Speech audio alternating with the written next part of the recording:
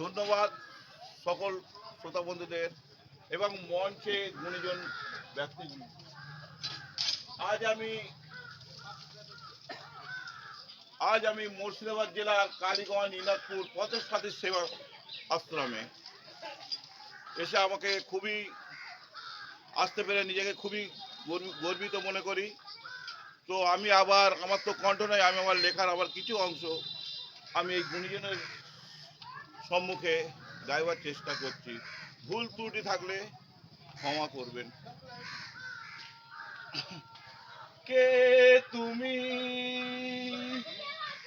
কে তুমি জানতে থাকো না, কে তুমি জানতে থাকো না, কোথায় ছিলে আর কোথায় যাবে, নিজে নিজেকে খুঁজে দেখো না, হিসেবে নিকেশ সঠিক পাবে, নিজে নিজেকে খুঁজে দেখো না, হিসেবে নিকেশ সঠিক পাবে। কে তুমি,